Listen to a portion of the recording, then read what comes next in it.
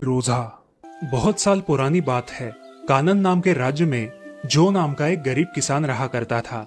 उसकी पत्नी का नाम था एनी। दोनों भी बहुत खुशहाल जिंदगी जी रहे थे। कुछ ही दिनों के बाद उनके घर में एक नन्हा मेहमान आने वाला था, इसीलिए जो एनी की बहुत अच्छे से देखभाल किया करता था। कुछ महीने बीत गए। एनी ने एक नन्ही बच्ची को जन्म दिया। उस बच्ची के ओठ गुलाब की फूलों की तरह लाल थे, जिस वजह से जो और एनी ने उसका नाम रोजा रखा। रोजा के जन्म पर एक भविष्यकार ने बताया था कि वो आगे जाकर बहुत खुशियों में रहेगी, मगर उसकी 18 साल की उम्र में उसकी जान को एक धोखा हो सकता है। अगर वो टल जाए तो उसकी जिंदगी में खुशियां ही खुशियां होगी। ऐसे ही कुछ साल बीत गए। अब रोजा 10 साल की हो गई थी। अरे बेटी, जरा मेरी बात तो सुनो। मुझे आपकी कोई बात नहीं सुननी। मुझे वो चॉकलेट चाहिए, मतलब चाहिए। अच्छा बाबा, ठीक है, मैं तुम्हें वो लेकर दूंगा, मगर फिर से मेरी गुड़िया नाराज तो नहीं होगी ना? नहीं पिताजी, मैं क्यों आपसे नाराज रहूंगी। चलिए। जो और रोजा ने उस दुकान में जाकर चॉकलेट खरीद लिया और कुछ देर बाद अपने घर वापस चले आए। तुम दोनों को घर आने में इतनी देर क्यों लगी? माँ, मुझे पिताजी ने ये चॉकलेट खरीद कर दिया। अच्छा, मेरी गुड़िया को चॉकलेट चाहिए था, इसीलिए घर आने को देर हो गई। हाँ एनी, रोजा की बोलने की शैली और उसके शांत स्वभाव के कारण गांव के सभी लोग उससे बहुत प्यार किया करते थे। ऐसे ही कुछ साल बीत गए। अब रोजा 18 साल की हो गई। अब वो बहुत सुंदर दिखने लगी थी। ऐसे ही एक दिन गांव में घूमते घूमते रोजा गांव के बाहर चली गई। गांव के बाहर एक जंगल था। वहां के निसर्ग सौंदर्य को देखते देखते रोजा जंगल के अंदर जाती है। वो अपने ही धुन में इतनी मस्त थी कि उसे समय का कोई पता ही नहीं था। अब वो जंगल के बहुत अंदर तक चली गई और उसे अजीबोगरीब डरावनी आवाजें सुनाई देने लगी। उसने यहाँ वहाँ देखा तो उसे कोई दिखाई नहीं दिया। अकेली होने के कारण रोजा बहुत डर गई। उसे कुछ समझ नहीं आ रहा था। उसी जंगल में कानन राज्य का राजकुमार शिकार करने के लिए आया था। उसने देखा कि एक सुंदर लड़की डर के मारे कांप रही है। उसकी मदद करने के लिए वो राजकुमार आगे बढ़ा ही था, तभी उसने देखा कि एक बहुत बड़ा चीता उस पर हमला करने वाला है। बिना समय गवाए राजकुमार एल्विस ने अपना धनुष निकालकर उस चीते पर निशाना लगाया और राजकुमार का तीर निकलते हुए सीधे चीते के शरीर पर जा लगा। वो चीता वही घायल अवस्था में गिर गया। ये सब देखकर रोजा बहुत डर गई। अब राजकुमार एल्विस उसके पास गया। वो चीता अब जख्मी है, अब वो उठ नहीं सकेगा। ये सब देखकर रोजा बहुत डर गई थी। उसने उस चीते को जख्मी अवस्था में पड़ा हुआ देखा और बेहोश होकर जमीन पर गिर गई। राजकुमार ने उसे उठाया और अपने राजमहल में लेकर आया। राजकुमार ने राजवैद्य को उपचार करने के लिए बुलाया। इन्हें कुछ घंटों में होश आ जाएगा, तब ये दवाई खिला दीजिएगा। ऐसा कहकर राजवैद्य वहां से चले गए। यहाँ एल्विस रोजा के पास बैठकर उसके होश में आने का इंतजार करने लगा। कुछ देर बाद रोजा होश में आई और उसने अपने आप को राजकुमार एल्विस के राजमहल में पाया। अब तुम्हें कैसा लग रहा है? मैं अब ठीक हूँ। आप कौन हैं? मैं राजकुमार एल्विस हूँ। और तुम? मैं रोजा। मैं यहाँ कैसे आई? वहाँ जंगल में तुम चक्कर आकर गिर गई थी, इसीलिए मैं उठाकर तुम्हें यहाँ लेकर आया। जी, आपका बहुत बहुत शुक्रिया। अच्छा अच्छा, अब तुम कुछ खाकर ये दवाइयाँ ले लो। जी।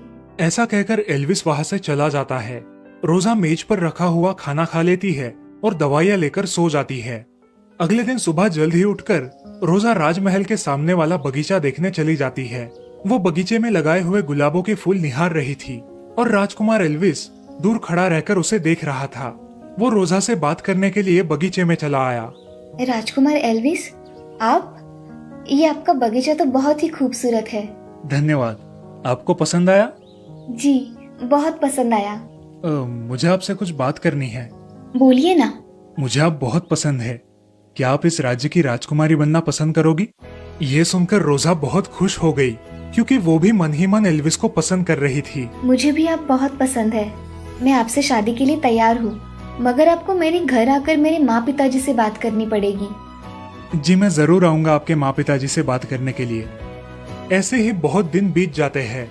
अब रोजा एकदम स्वस्थ हो जाती है। राजकुमार, मुझे मेरे घर मेरे माँ पिताजी के पास जाना है। रोजा, मैं खुद आता हूँ आपको छोड़ने। राजकुमार एल्विस रोजा को छोड़ने के लिए उसके साथ उसके घर चला गया। अपनी बेटी को देखकर जो और एनी बहुत खुश हो गए। राजकुमार ने पहले ही अपने सिपाहियों को भेजकर जो और एनी को रोजा के बारे में सब बता दिया था। मुझे आपसे कुछ बात करनी है। मैं आपकी बेटी को बेहद पसंद करता हूँ। क्या आप आपकी बेटी का हाथ मेरे हाथों में देने के लिए तैयार है? जो और एनी की आंखों में आंसू आ गए। राजकुमार, आपने हमारी लड़की को आपके लिए योग्य समझा, यही बात हमारे लिए बहुत बड़ी है। हमें ये रिश्ता मंजूर है। हाँ, हमें आपका ये प्रस्ताव मंजूर है। जो रोजा की ओर देखता है और उससे कहता है, मेरी राजकुमारी को यह रिश्ता मंजूर है ना? रोजा शर्मा कर घर के अंदर चली गई। कुछ ही दिनों बाद रोजा और एल्विस की शादी बड़े धूमधाम से हुई। अब रोजा एल्विस के साथ राजमहल में रहने लगी। ऐसे ही दिन बीत रहे थे। एक दिन राजमहल में शाही भोजन का आयोजन किया गया था। रोजा खुद अपने हाथों से भोजन बनाने वाली थी, लेकिन राजमहल में एक लड़की थी जिसका नाम था हैना। हैना मन ही मन राजकुमार को चाहती थी और इसी वजह से रोजा को राजमहल से निकालने की योजना बना रही थी। हैना ने रोजा के बनाए हुए खाने में जहर डाल दिया। कुछ देर बाद राजकुमार एल्विस खाना खाने के लिए बैठ गए। रोजा ने उन्हें खाना परोसा। तभी हैना ने कहा, राजकुमार को दिया जाने वाला खाना पहले चखा जाता है और फिर राजकुमार को दिया जाता है। ये सुनकर रोजा कुछ खाना एक छोटी बिल्ली के सामने डालती है। बिल्ली वो खाना खाकर तड़प तड़प कर मर जाती है। ये सब देखकर सारे लोग हैरान हो जाते हैं। राजकुमार को लगता है कि रोजा ने ही खाने में जहर मिलाया और वो बहुत गुस्सा हो जाते हैं। अभी के अभी मेरे राजमहल से निकल जाओ। मगर मैंने राजकुमार उसकी बात बिना सुने ही गुस्से में वहाँ से चला जाता है। बेचारी रोजा अपने घर वापस चली जाती है। रोजा सारी घटी घटना अपने माँ और पिताजी से कहती है। उन्हें वो सुनकर बहुत बुरा लगता है। ये सब हमारी बच्ची के साथ ही होना था। अब क्या करेगी वो? हाँ, मेरी बच्ची अंदर से टूट गई है। हमें पता है कि हमारी बच्ची ऐसा कुछ नहीं कर सकती। ऐसे ही कुछ दिन बीत गए। अब राजकुमार एल्विस बहुत उदास रहने लगा। ऐसे ही एक दिन वो अपने कमरे में आराम कर रहा था। तभी उसके कानों पर कुछ आवाज सुनाई दी। उसने सुना कि बगल वाले कमरे में हैना और एक औरत बात कर रही है। अच्छा हुआ वो रोजा यहाँ से निकल गई। उस खाने में जहर मैंने मिलाया और राजकुमार ने रोजा को महल से बाहर निकाल दिया। ये तो होना ही था। तुम कितना प्रेम करती हो राजकुमार से। ये सब बातें सुनकर राजकुमार आग बबूला हो गया। वो हैना के कमरे में गया। तो तुमने उस दिन खाने में जहर मिलाया था? हाँ राजकुमार। मेरे राज्य से बाहर निकल जाओ और वापस कभी अपना मुंह मत दिखाना। इस सब के बाद राजकुमार को अपने वर्तन पर बहुत शर्मिंदगी महसूस हुई और वो रोजा को लेने उसके घर गया। आप यहाँ क्या कर रहे हैं? रोजा, मैंने तुम्हें गलत समझा, तुम्हें बोलने का मौका तक नहीं दिया। मुझे माफ कर दो और अपने राजमहल वापस चलो। रोजा ने राजकुमार को गले लगा लिया और उसे माफ कर दिया।